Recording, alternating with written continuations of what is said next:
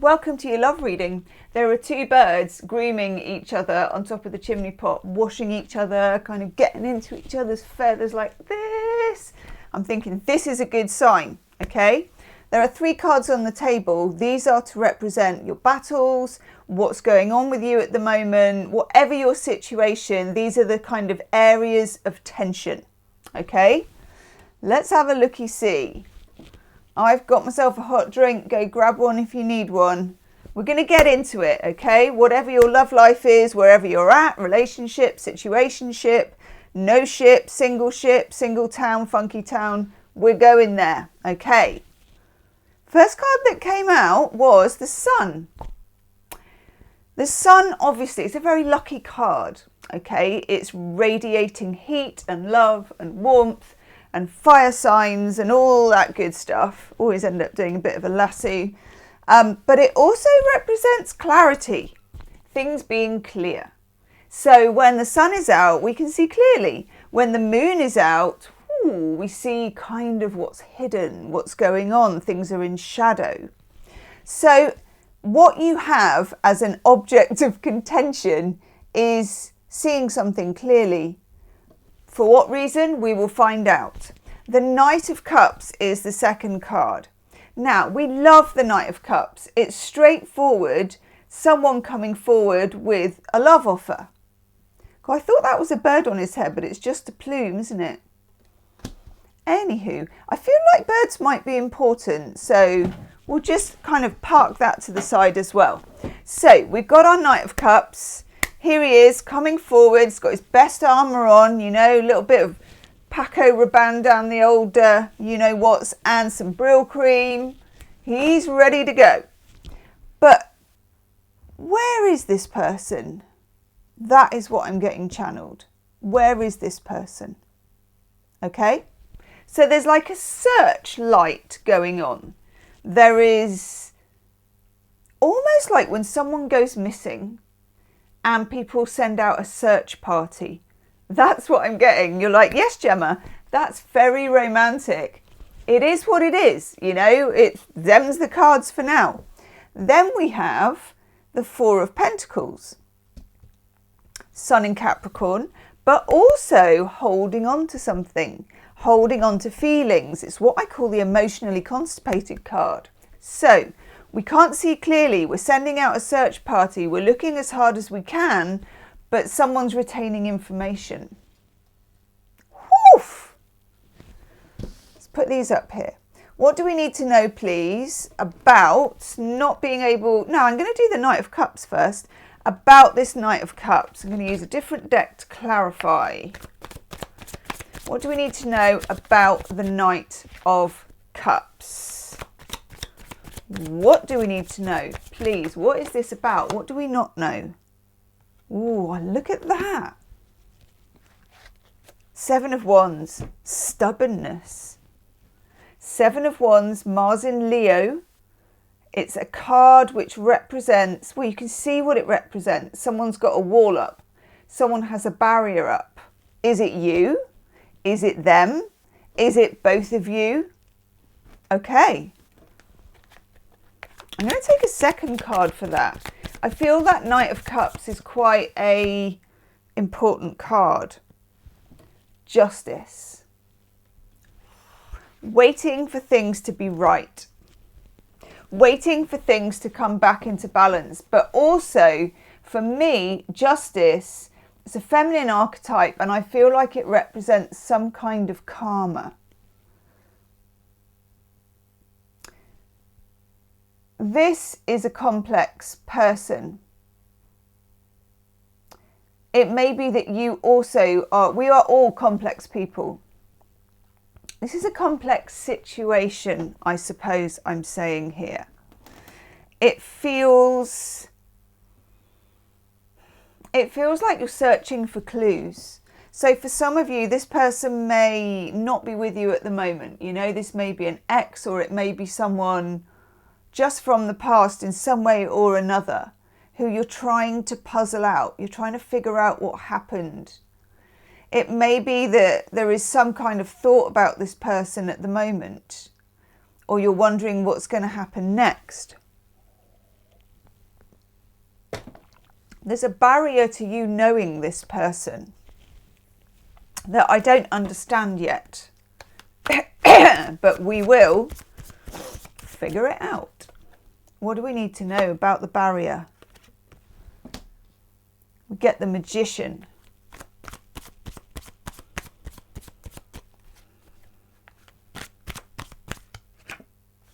With the World. This is a big deal. 2 major arcanas. The Magician, this is a person, this is weird, that joins you in magic, and I don't quite get that yet either. It's a person who you feel very connected to. It could be telepathically. It could be in the 5D. It could be that for some of you, you haven't met this person yet, but they have shades of a different person that you used to know. It feels like there are multiple sides to this. It's a very difficult and interesting energy for me to play with. I'm a Pisces, so I can kind of do it, but I think you're very confused. I feel a definite note of confusion, a stop sign, a search party, a look for clues. A world, a cycle, a whole cycle of this. Whew. Let me take a couple of cards for that Magician.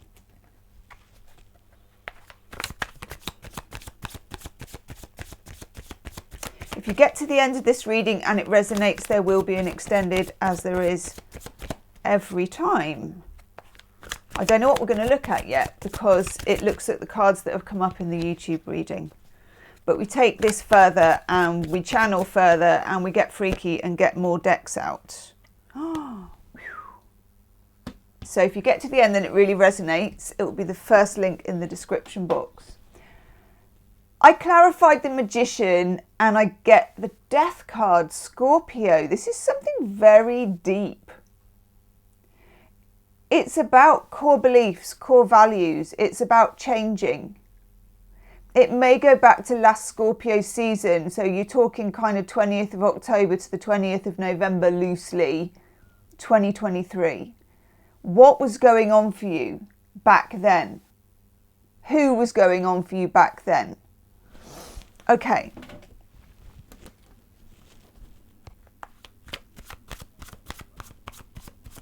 Who do we need to know about here, please? Who do we need to know about?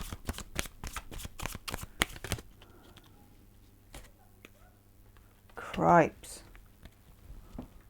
6 of Cups with High Priestess. This, oh God, and Temperance. I'm going to put Temperance down there. This feels to me like the spaces in between. It feels to me very, very spiritual, karmic, hazy. Do you remember we were talking about the sun and seeing clearly? It feels, sometimes if you stare at the sun, which you're not supposed to do anyway, but if you stare at the sun and then you get that kind of blinding colours, don't you? Some of you have been looking for the truth about this for a very long time, or it seems like a long time. 6 of Cups is 2 people who are karmically tied together. It's a very interesting card and it's been coming up quite a lot lately in a lot of readings. It's the hometown card, it's the long lost lover card, it's the ex, it's the childhood sweetheart. It's a feeling, it's got all these lovely white flowers in it, which is innocence, spring-like innocence. There is something very innocent about this connection, but also something a little bit difficult about this connection. Then we have this High Priestess energy. So when you get the High Priestess, we look at new moons. Now, ooh, we've just had a new moon, haven't we? In fact, it's today that I'm making this video. We're in a new moon in Aquarius. That's interesting. So look between now and the next new moon, okay? So if I just quickly tell you when the next new moon is, it's on the 10th of March. New moon in Pisces. God, no wonder it's all swirly and all over the place. You know what we're like. Okay, so look a month hence, ding ding, to the 10th of March. It's not like you are suddenly going to get to the 10th of March and go, ping, now I know everything. But what is going to happen, if you imagine this is like a landscape, is that the mist is going to start to clear gradually, like someone's turning something down, dialing something down. This person is meant to change you. You are meant to change them. That is uncomfortable. It is. It feels like that. The High Priestess is telling us about the new moon. The High Priestess is telling us, know thyself. Know who you are. You often think you have to know that person, and to a certain extent you do. There is a difficulty in getting to know that person. There is a difficulty in being vulnerable for both of you. There are lessons to be learned for both of you. This might go back to early days for both of you. Weirdly, I'm being channeled as if you are friends, like sitting in a meadow, like just talking, lying back, feeling the sunshine. There's a freedom that you're both searching for. And there's something that you're both trying to escape from the past. Goosey bumps. Okay. And then Temperance. I'm never upset to see Temperance come in, because Temperance is somebody who's fully connected. She's got her feet in the source. She's got the water going between the two cups. She's got the solar plexus. She's both grounded and connected. She's kind of both. And that's what this masculine energy is talking about in the Magician. As above, so below. There is like a line of connection coming down here. But there's a lot to kind of sacrifice in this relationship. This is not easy. Six of Pentacles, that's nice. Six of Pentacles comes when somebody is generous. Somebody is going to give and receive.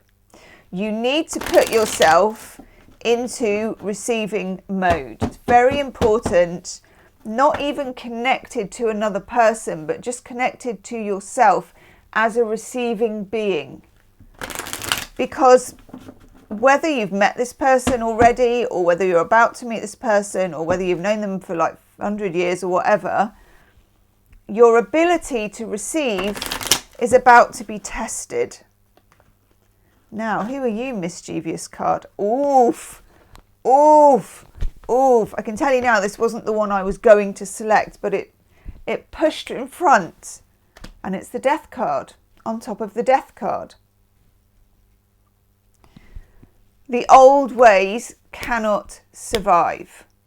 Now, many of you have known this since Scorpio season, when, I mean, maybe you've blotted it out of your mind, but we had such a difficult Scorpio season in 2023.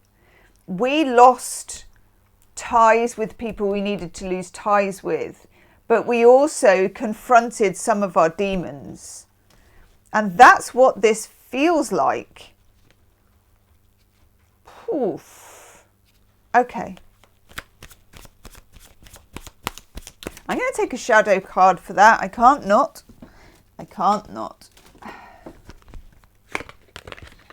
Because I feel like the relationship you're thinking of here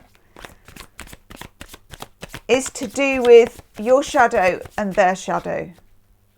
I sometimes get this feeling in love readings that, like the two children who are playing in the meadow, this is the two shadow children playing in the dark.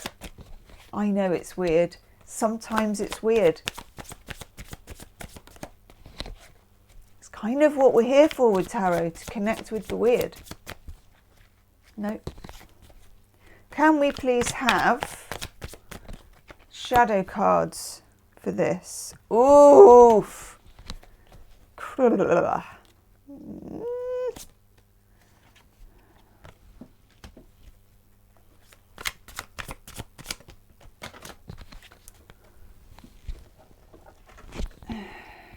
I knew it. Oh my God.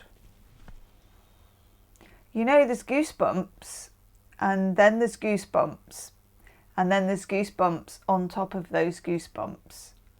And I've got those goosebumps because, yeah, death card, it fell out and it went onto the floor. So that is the third one. Okay. This is deep and radical change. For some of you, things will not be the same again after this. This could be meeting someone that's life-changing for some of you. And for others of you, it could be leaving someone that's life-changing also. Very finely held balance. I'm seeing scales or a seesaw, something teetering up, down, equal. You know, it's very strange. I'm getting major, I don't even know what to call it, woo-woos, those sorts of feelings. Yeah. The Ten of Cups, the happy ending card. This is what we wanted. This is what was destined. Here, childhood sweethearts. The Four of Wands, allowing this kind of magic. The Four of Wands is a card of spiritual magic. 1111, the gateway. And then that death card. 3 death cards in one reading. All touching each other. With the Magician. This is very deep energy. For some of you, it is inspecting a relationship that you felt defined you. God. Okay. Go like that. Can you tell us, please, what next? What next? God, this is a very, very deep reading. Very deep reading. Okay. What next, please? What direction? Some tarot readings I can only just contain on the table. And this feels like one of those. If the cards could fly off, they would. It really feels like, I don't know. Those of you from the UK, do you remember the Ready Brek advert? When someone used to eat the Ready Brek, which honestly tasted like some kind of wallpaper paste, and then they would go out and be kind of protected by this orange halo all around their body. Okay. Got 3 cards. Oof. Wow. Big, big, big, big, big decisions to be made. I don't even know when yet. Okay. In the extended, I'm going to do a lot of channeling, and I can tell it's going to be weird.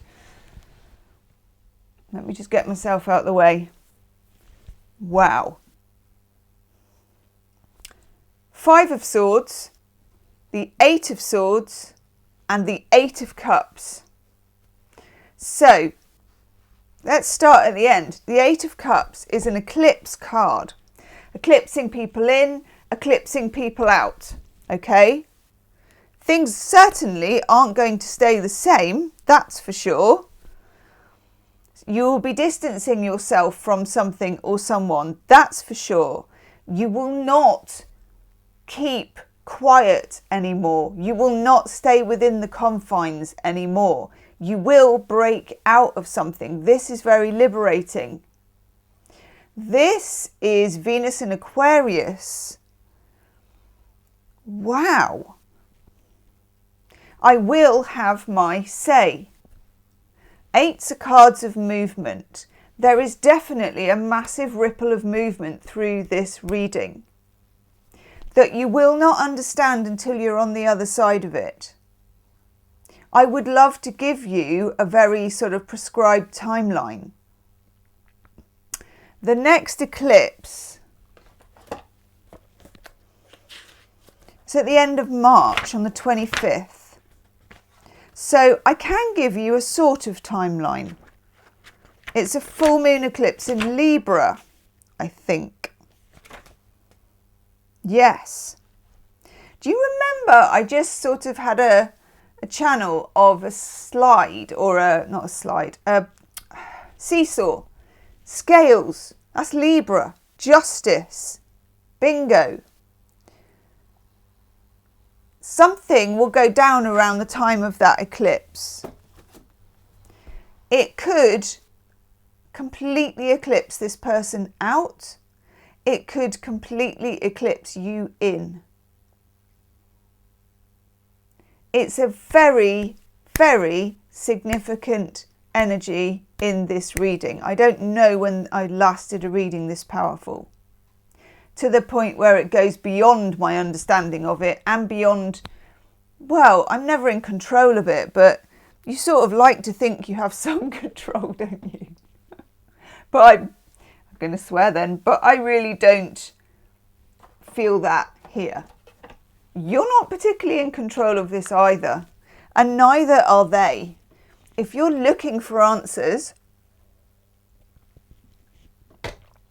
boy, are they going to come to you in weird ways. Wow. How far are you prepared to go? How far are you prepared to go to meet yourself that meets this person? Love card, I get together.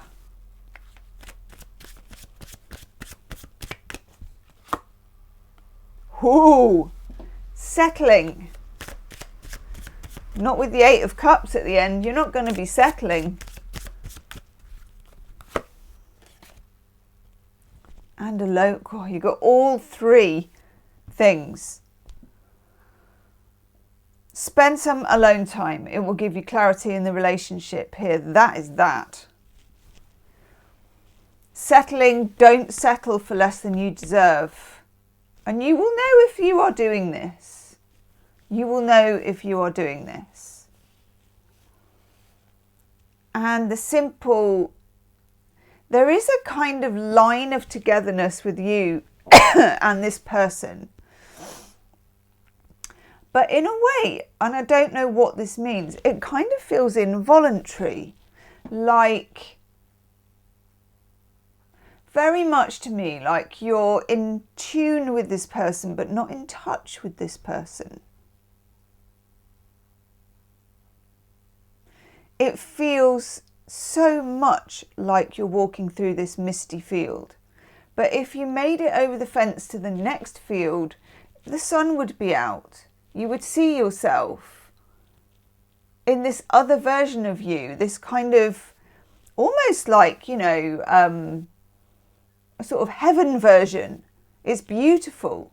There's a lot of kind of glittery potential, but also there's a lot of shadow equally, which is making this, let's put myself back in, which is making this, you're at a tipping point, and the tipping point will be around the time of the eclipse at the end of March. Gosh, I'm getting all worked up and flustered. Wow. In the extended reading, we're going to do a lot of weird things. That's all there is to it.